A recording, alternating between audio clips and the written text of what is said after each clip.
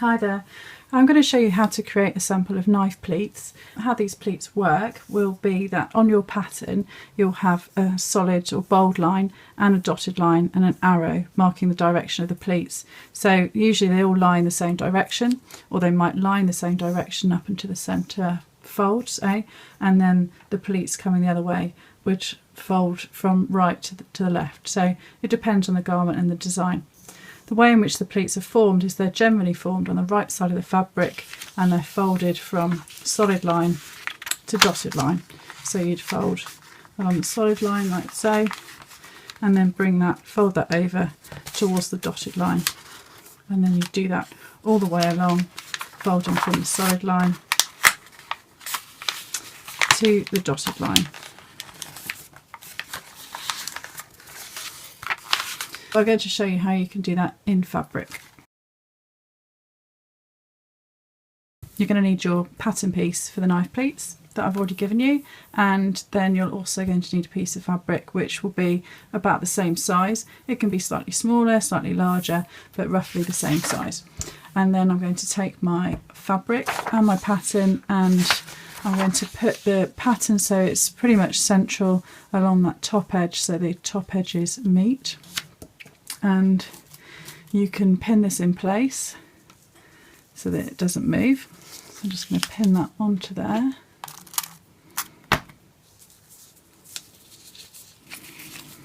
And then I'm going to snip a small snip into each of these lines, the dotted and the solid lines, just about 1/2 centimetre in.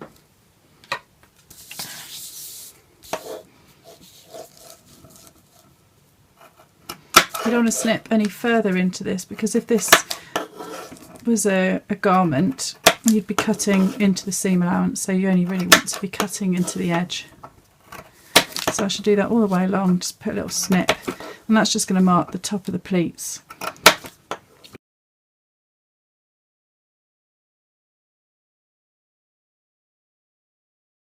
What I'm actually going to do is to make folds from the solid line to the dotted line to create these pleats, and the top edge will be machine stitched, but the lower edge is just going to be kind of free hanging. If I was to stitch these into position so that they were fixed and stitched at the top, then I would mark the bottom of the pleats as well, so that I've got another marker. But for the purpose of this, we're just going to mark the top. So once you've done that, you can then take the pins out and remove the pattern. And I'm going to just keep that as a guide there, so you can see that I'm folding the pleats from the solid line to the broken line. So I would just pinch the first snip there and fold it and bring that snip to the other one, and then pin that in place. I'm going to pin so that the pins are at a 90-degree angle to the edge.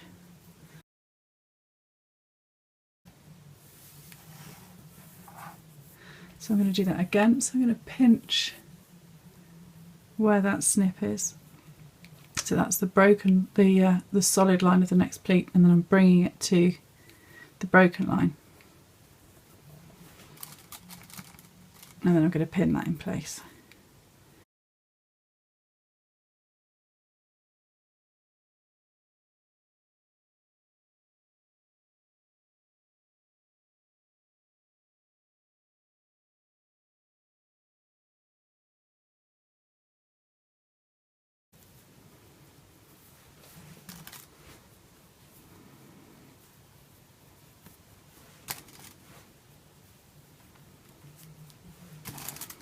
And then the final one, so folding there again at the snip and bringing that over to the other snip, so all the pleats go in the same direction.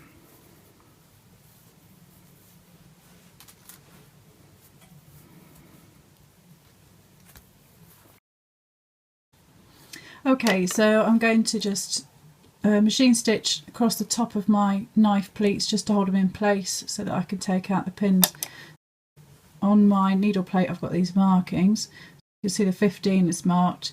I'm going to use the one next to that, which shows that that's it might have a 10 on your needle plate, but that's a centimetre or 10mm from the edge. I'm just going to use a regular length stitch. You could do it on a long machine stitch just to hold it, it doesn't really matter.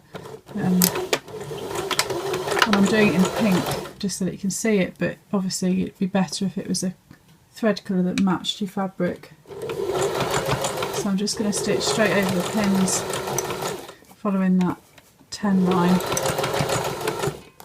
So keeping the stitch in a centimetre from the raw edge.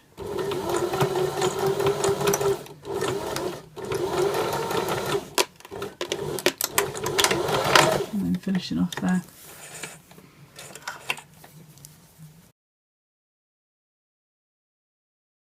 I can now take out those pins.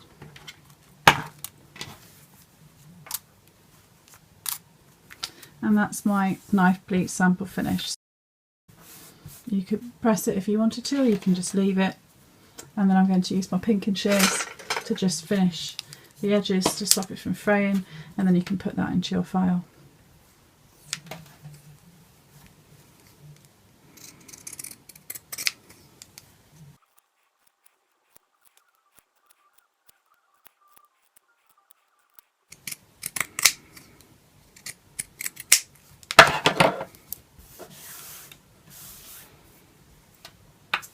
Knife pleats finished.